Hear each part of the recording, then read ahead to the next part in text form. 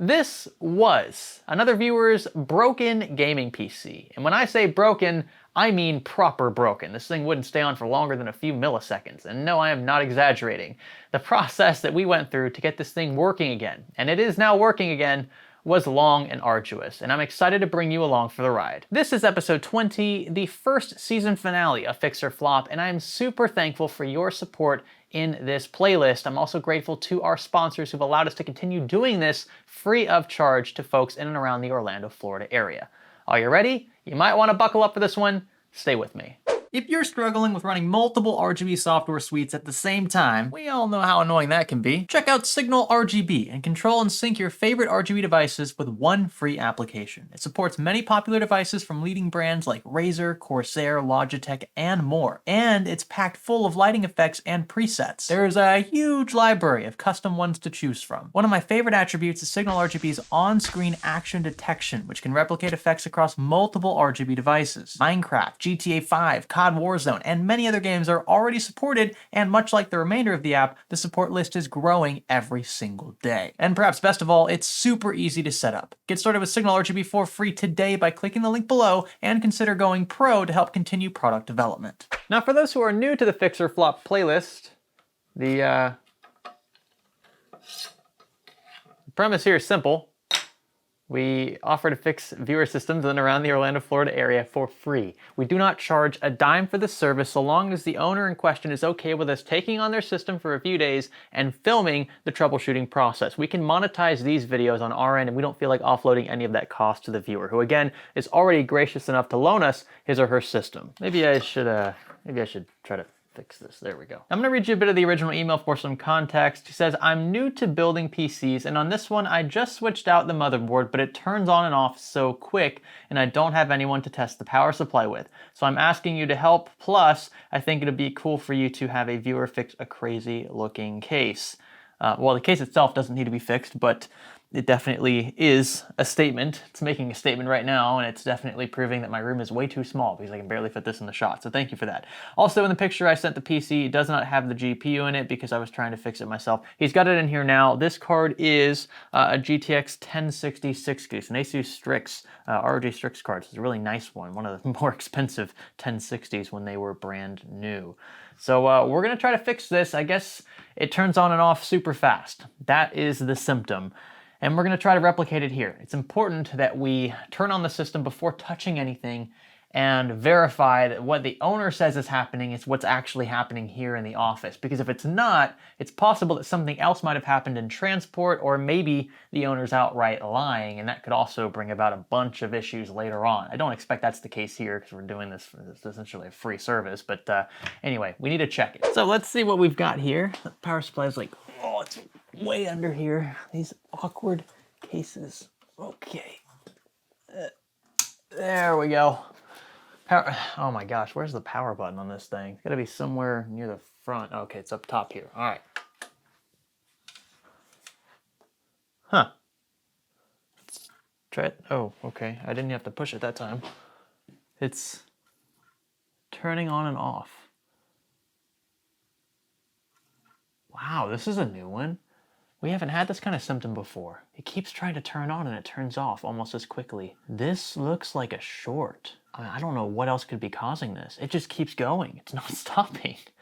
What the heck? Okay, so let's kill power and check connections first, just because it does seem like a short right off the bat. So these two uppermost right pins are good for the power switch, and yeah, it's actually correct. So it's not resetting itself based on how the owner would have wired this. Interesting. So now what I've done is disconnected all non-vital cables. That includes the fans, that includes the pump, the USB 2.0 cable down here, the HD audio cable, front I/O, basically everything except for the 24-pin 8-pin EPS and supplemental PCIe power. At this point, we're going to need to jump the PC. I just flipped the switch at the rear power supply. We're going to see if we still get the same issue. Wow. Same thing. That's It's really weird. And there is quite a bit of cabling happening at the rear of this, so if he did miswire something back here, potentially that could also cause an issue. And I just realized that when I disconnected non-vital things, I still had SATA power running to his RGB box. I believe that's for RGB, and just controlling fans. He's got some Thermaltake fans in here. So we need to disconnect that as well if we want to stay true to keeping things as simple in terms of wiring as possible. If the box is causing the short or preventing the system from fully powering on, we wouldn't know that if we didn't disconnect power. A few moments later. And still nothing. It's still power cycling over and over. I'm starting to think that a very serious component in this rig is bad. Probably his power supply, which, I mean, that's going to require disconnecting everything, rewiring this entire build, but so be it if it means getting a system back to working order. Also, this is slightly off topic, but can I just say that really doesn't look stable. When you're relying on tempered glass to keep your chassis from bending like this, it just, I don't feel too good about it, so I'm gonna try not to touch this much anymore without the glass installed. Now for swapping power supplies, we'll be using our Nightjar 450 watt. This is a fanless Silverstone power supply, and while it might not have enough wattage to run the system under load, just for booting up for the first time, this should be just fine. I expect this will fix the issue. I'm actually, the more I look at this build and the symptom it's exhibiting, it doesn't seem like a short, because if it was a short, usually what would happen is the system would power on and off very quickly, but then it wouldn't attempt to power back on over and over and over again like we're seeing here. If there's a short to ground or something, the power supply will notice that right away and just shut off entirely. So I'm more inclined to think that this is the power supply itself. Maybe it's just something internally is tripping. And if it's not the power supply, if this doesn't fix the issue, then maybe the motherboard? I mean, at that point, your guess is going to be as good as mine. I'm crossing everything I got here in hopes that this is going to work. I think it will. I am fairly confident.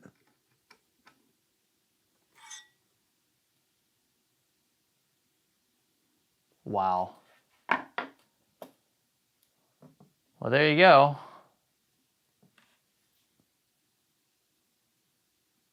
Just on and off. This thing just doesn't want to stay powered on. I don't get it.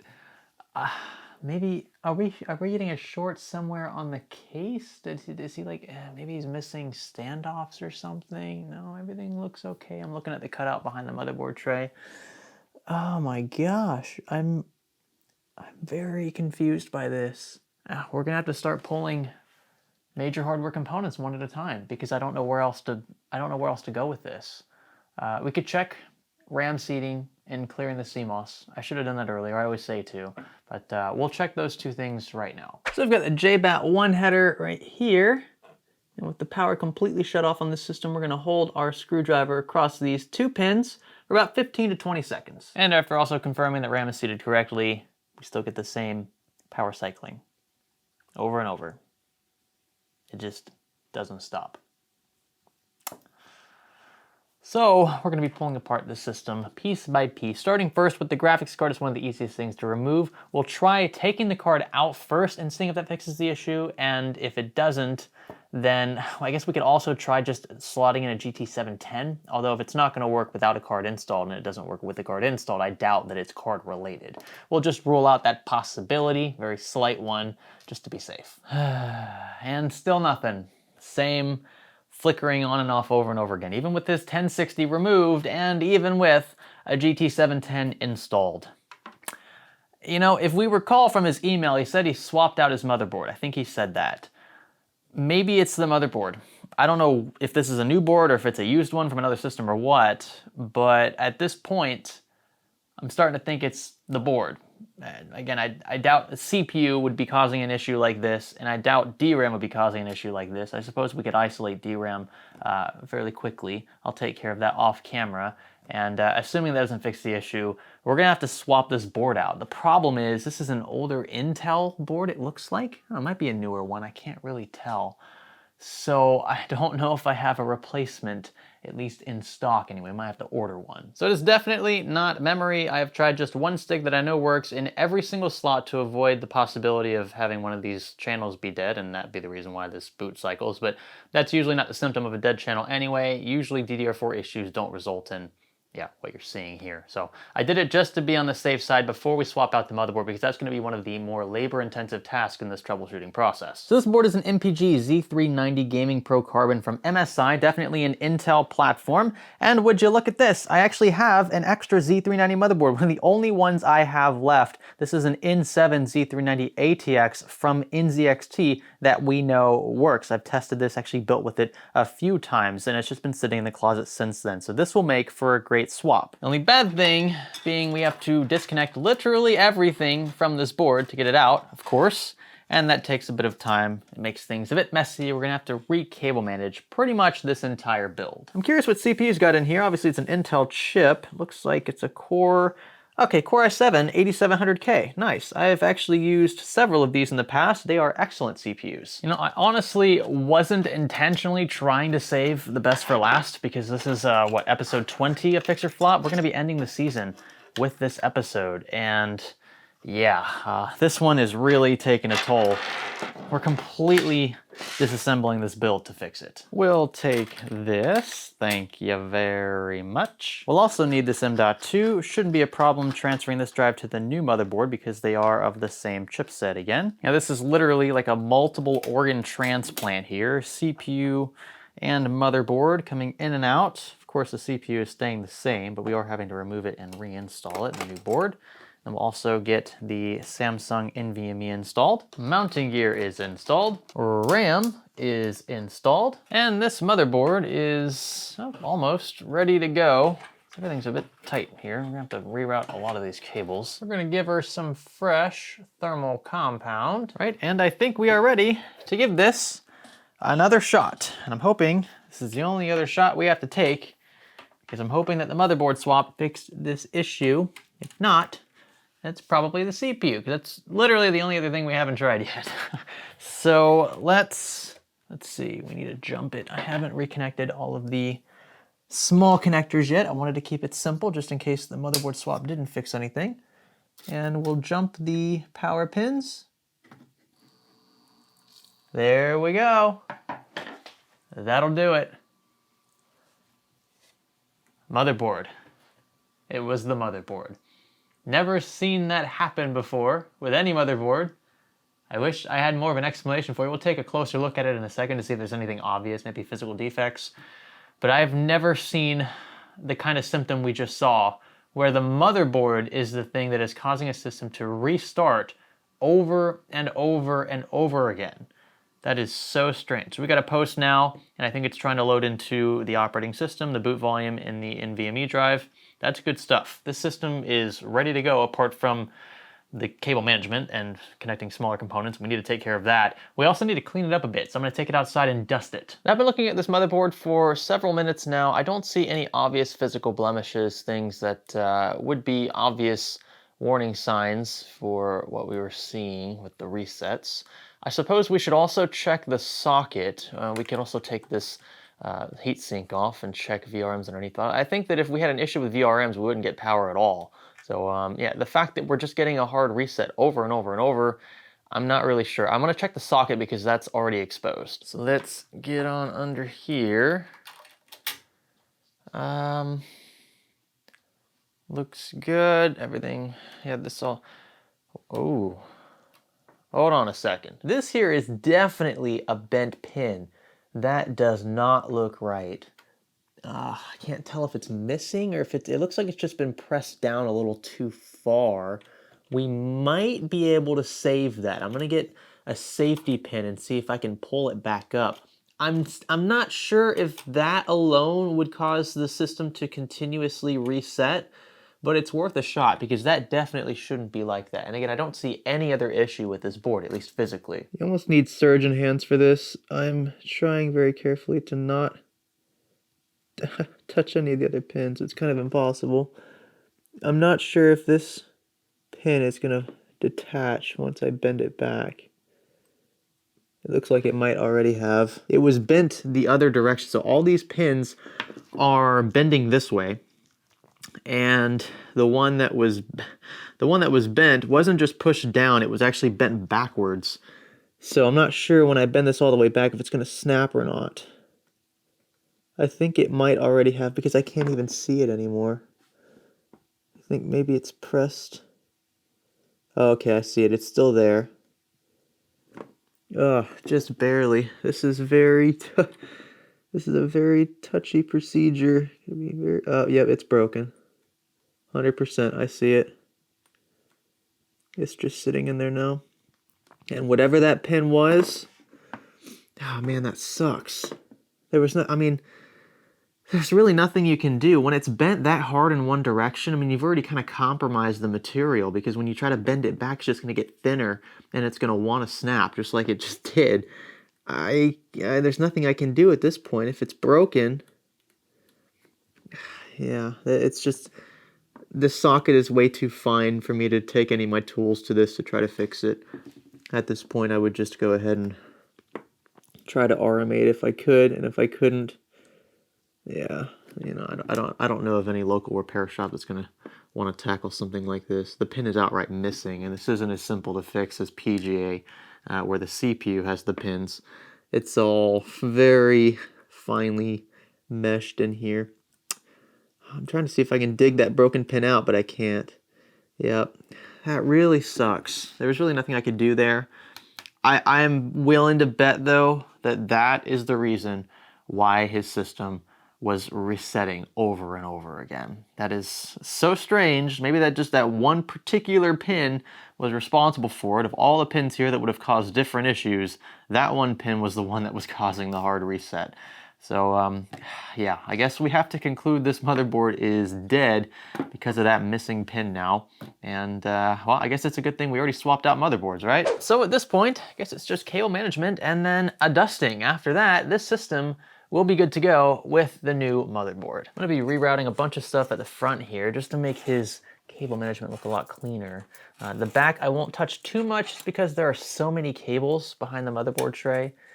But we want the front to look clean because that's what most people will end up seeing, especially with a case this ostentatious, dare I say. Tighten the graphics card down. I can actually remove this ridiculous Wi-Fi antenna at the top of this case here because the new motherboard we gave him has an integrated Wi-Fi adapter, so that's nice. All right, and I think cable runs look much cleaner now. Obviously, we still need to clean the dust, but cables look a lot better in my opinion.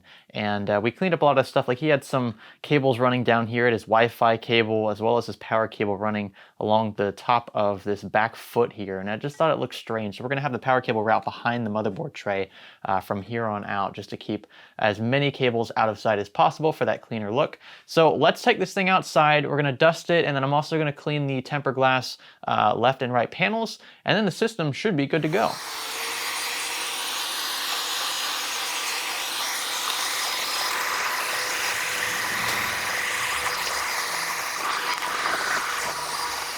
Well, another build that arrives broken gets to leave fully functional. What a way to end season 1 of Fix or Flop. I'm so grateful for the feedback you guys have given us in this playlist and for just the support outright, the click-through rate, everything. The analytics in these videos is just phenomenal, and it just motivates me to want to do more, want to do bigger and crazier things here on the channel.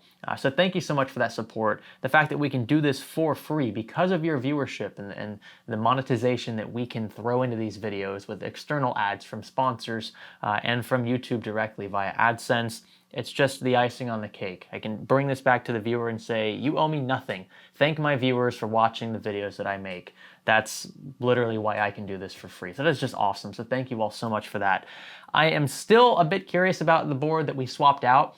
I wonder if it'll work now that that pin is completely removed, because the way it was bent all the way back before, it might have been shorting. If that was like a ground pin, maybe the whole socket was just shorting to ground, and that's why it was resetting over and over. It's a possibility. So if we put a CPU in it now, and that pin ends up being just a ground pin, it might work, which would be pretty funny. A funny turn of events. I know the system still looks a bit dirty. If I had the time, I would deep clean it. We have so many of these systems in the queue right now that I really don't want to spend any more time on it, because our goal ultimately was to get this thing to post and to function fully, I should say. And it is doing that now. So, if I have a bit of time, I will clean it up, dust it a bit, but there's just not enough time in the day, unfortunately, to deep clean this rig. And it probably does deserve that, because it came in here looking extremely dusty. And the fact that this case is an open air chassis, so to speak, is not really doing it any favors. That said, we did clean up a lot of the surface dust. I can see a bit more that I missed now that we're in better light here in the office, but I might tackle that off camera. That said, I think the viewer will be super happy with the fact that it is now fully functional and that he no longer has a motherboard with a broken socket pin. That is never news that you want to hear. So we are prepping for season 2 of Fix or Flop, which will be coming in early 2022. And we've already got several people lined up in the queue. Every day it seems like I get emails from folks in the local area who have issues with their systems. And while it is great to have that kind of pool, right, to kind of sample from, it's also a bit unfortunate this many people are running into issues. And I know that there are some who are always thinking that people come in with the worst intentions, like, oh, he intentionally sabotaged his rig so that he get free stuff. Well, that's why I don't usually outright replace things that don't need to be replaced. If you intentionally sabotage your graphics card, I can tell you right away, I'm not gonna have a replacement for you. And I tell folks this up front when I meet them in person. If it ends up being your graphics card, there's nothing I can do. The most I can do in that instance is tell you that it's your card so that you know what to replace. You don't have to part swap yourself, because a lot of folks don't have extra components just throw in while troubleshooting, and that's why they reach out to folks like me.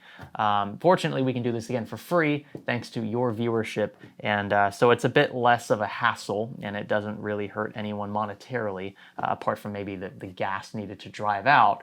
But other than that, the fact that we can do this as a free service is just the icing on the cake for me, and it really does make me feel really good about what we're able to do for this community here at the end of the day. So if you have appreciated the Fix or Flop series so far, smash that like button. You have no idea how much that means to us. That feedback is so vital. It really is. It honestly, the comments, especially in the beginning, when these videos are published, and the like to dislike ratio, I care more about those than I do the sub count, to be honest with you. It's why we never really celebrated when we passed 600,000 subs. We didn't celebrate. We just passed 700,000 subs a few days ago.